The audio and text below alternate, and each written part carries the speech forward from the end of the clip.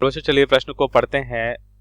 माध्य मुक्त पद से के लिए व्यंजक प्राप्त कीजिए। अब इस प्रश्न को समझने के लिए सबसे पहले हम प्रश्न की मुख्य अवधारणा को समझेंगे।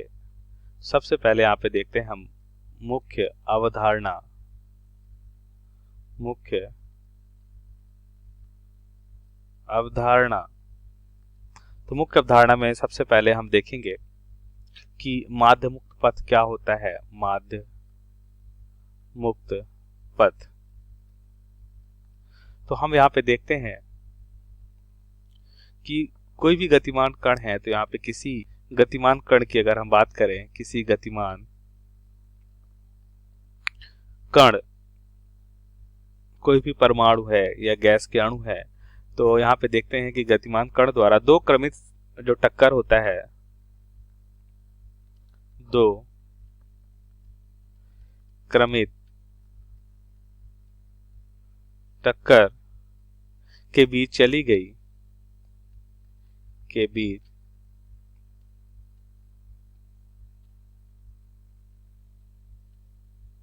चली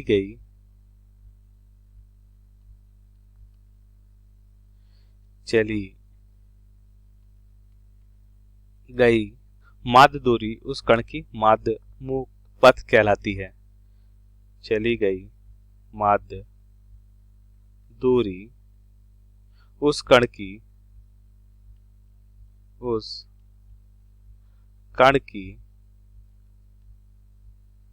माध्य मुक्त पथ कहलाती है। अगर इसे हम चित्र के माध्यम से समझें तो मान लेते हैं कि ये दो क्रमिक टक्कर होता है। अगर इनका हम यहाँ पे देखते हैं उसके बाद फिर से टक्कर होता है कुछ इस तरह से, उसके बाद हम देखते हैं अगला टक्कर यहाँ पे होगा। तो इस तरह से इनके बीच हम क्रमिक दूरी देखते हैं, लैम्डा 1 लैम्डा 2 लैम्डा 3 है। अब इनका हम क्या निकालते हैं, एक मान लेते हैं दो टक्करों के बीच जो माध्य दूरी मान लेते हैं, क्योंकि अब यहाँ पे दूरी लैम्डा 1 है, यहाँ पे लैम्डा 2 है, यहाँ पे 3 है, तो इनका एक माध्य दूरी निकालते हैं। तो माध्य निकालने का तरीका होता है lambda 1 plus lambda 2 plus lambda 3/3 कुल टक्करों की संख्या। इस तरह से हम यहाँ पे माध्य मुक्त पथ निकाल सकते हैं। लेकिन वास्तव में क्या होता है, इन दूरियों को निकाल पाना संभव नहीं होता है, क्योंकि ये दूरियां बहुत कम होती हैं और ये टक्कर बहुत तीव्र होता है। मतलब हमें हम कह सकते हैं इनके बीच की दूरी निकालने के लिए समय भी बहुत कम होता है, इसलिए वास्तव में संभव नहीं होता है। तो इसका दूसरा तरीका है जो हम यहाँ पे उत्तर में सीखेंगे। तो अब हम उत्तर को समझ लेते हैं। तो हम देखते हैं अब हम जो व्यंजक निकालने वाले हैं, इसके लिए हमारी कुछ परिकल्पनाएं हैं।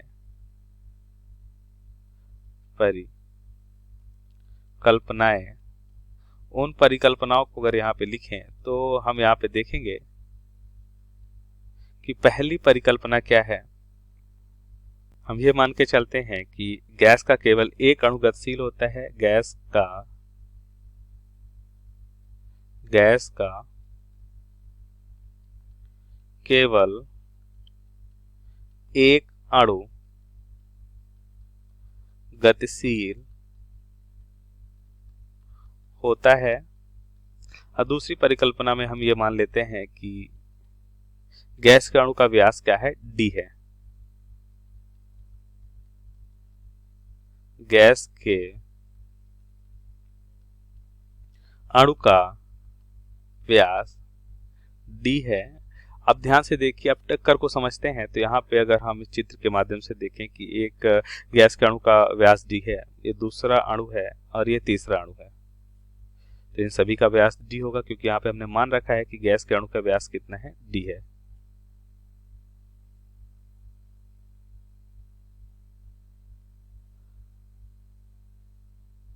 तो अब ध्यान से देखिए,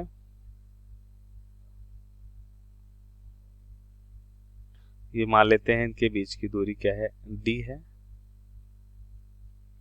आप टक्कर देखते हैं कि यहाँ पे जो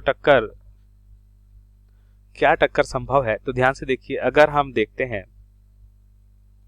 कि कोई भी, अब इनके केंद्रों के मध्य के बीच की दूरी d है। अब यहाँ पे भी इनके केंद्रों के मध्य के बीच की दूरी क्या है, d है।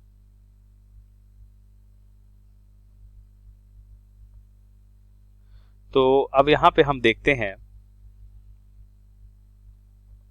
कि अगर ये कण क्या हो, इससे थोड़ा सा नीचे अगर आता है, मतलब कुछ इस स्थिति में आए, तो ये टक्कर आसानी से संभव है। अगर ये कण इससे क्या होता है, थोड़ा सा ऊपर चला जाए, तो क्या ये टक्कर हो पाएगा, नहीं हो पाएगा। तो इसका मतलब टक्कर होने के लिए कम से कम कितनी दूरी होना चाहिए, इस केंद्र से d दूरी में अगर अणु है तो टक्कर संभव होगा। तो सिमिलर यहाँ पे भी ऐसे ही होगा। तो इस तरह से हम यहाँ पे एक कल्पना कर लेते हैं कि इसके केंद्र से d और इसके केंद्र से d दूरी पे उपस्थित सभी कणों से क्या करेगा, ये गतिशील कण टक्कर करेगा। अब इस तरह से इसके अंदर हम एक सिलेंडर या एक बेलनाकार आकृति की गणना कर लेते हैं। अब इसके अंदर उपस्थित हम सभी कणों को क्या मान लेते हैं कि अब टक्कर करेगा। तो हम यहाँ पे देख लेते हैं कि अब इसके अंदर कितने कण हैं। मान लेते हैं कि कुल कणों की संख्या n है और एकांक आयतन में यहाँ पे हम देखते हैं तो n क्या हो जाएगा, एकांक आयतन में अणुओं की संख्या। एकांक आयतन में अणुओं की संख्या हो जाएगी। अब ध्यान से देखिए, ये कौन से अणु है, एकांक आयतन में टक्कर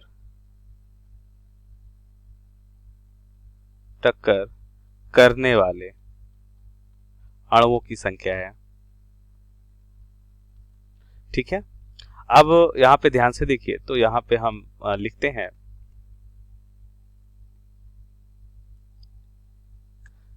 कि अगर ये एक कण जो है अगर भी वेग से मान लेते हैं गति करते हैं, तो डेल्टा टी समय में क्या दूरी होगी, तो डेल्टा टी समय में तय की गई दूरी क्या हो जाएगी, डेल्टा टी समय में अणु द्वारा तय की गई दूरी। तो ये दूरी क्या हो जाएगी, ये दूरी हो जाएगी v वेग से गति कर रहा है तो v इंटू डेल्टा टी, ये हो जाता है डेल्टा टी समय तय की गई दूरी।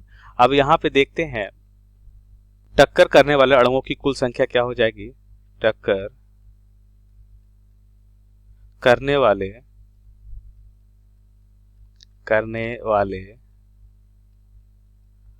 अणुओं की कुल संख्या क्या होगी, यहाँ पे टक्कर करने वाले अणुओं की कुल संख्या यहाँ पे हो जाएगी, यहाँ पे हम लिख सकते हैं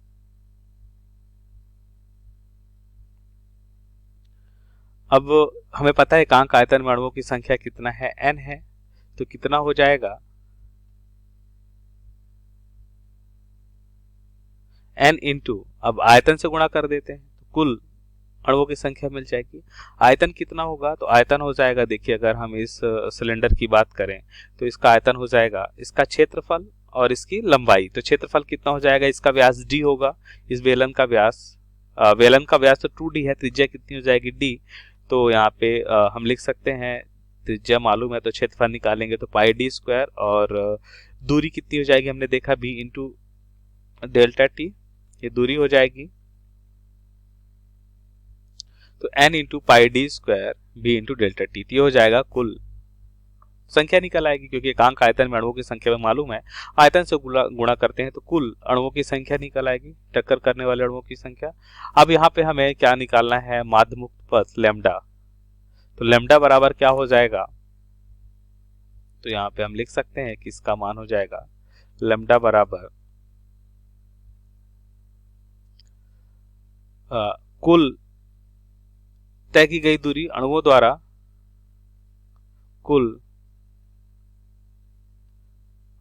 डेल्टा टी समय में कुल तय की गई दूरी बटा क्या हो जाएगा, डेल्टा टी समय में टक्कर करने वाले अणुओं की कुल संख्या, डेल्टा टी समय में टक्कर करने वाले अणुओं की संख्या, टक्कर करने वाले कुल अणुओं की संख्या। इस तरह से यहाँ पे हम निकाल सकते हैं माध्यमुक पद। अब ध्यान से देखिए वैल्यूज को यहाँ पे अगर हम रखते हैं तो हमें क्या मिलेगा, लैम्डा बराबर b इंटू डेल्टा टी कुल दूरी हो जाएगी, बटा अणुओं की संख्या कितना हमने निकाला n इंटू ये हो जाएगा पाई डी स्क्वायर और v इंटू डेल्टा टी। अब इसे यहाँ पे देखते हैं कि v डेल्टा टी से v डेल्टा टी तो कैंसिल हो जाएगा और इस तरह से लैम्डा बराबर में क्या मिलेगा, 1 बटा n पाई डी स्क्वायर मिलेगा, राइट। ये हो जाएगा। अब इसे हमने जो निकाला है हमने कुछ परिकल्पना की है, जैसे केवल एक ही अणु क्या करते हैं यहाँ पे गति करते हैं, लेकिन वास्तव में ऐसा नहीं होता है। तो यहाँ पे लिखेंगे वास्तव में गैस के सभी अणु गति करते हैं। तो यहाँ पे हम एक्सपेरिमेंट के द्वारा कुछ हम कह सकते हैं करेक्शन किया गया और उस करेक्शन के आधार पे हमने देखा कि जो माध्यमुक पथ है वो क्या हो जाएगा, 1 बटा अंडर रूट 2 पाई डी स्क्वायर इंटू एन, मतलब सिर्फ 1 बटा अंडर रूट 2 से क्या होता है, गुणा हो जाता है, मतलब कुछ कम हो जाता है, या ये वैल्यू क्या हो जाएगी यहाँ पे कुछ कम कर देगी, ठीक है। तो ये हमारे प्रश्न का यहाँ पे सही उत्तर है जो हमें यहाँ पे मालूम करना था। आशा करते हैं आपको समझ आया होगा। धन्यवाद।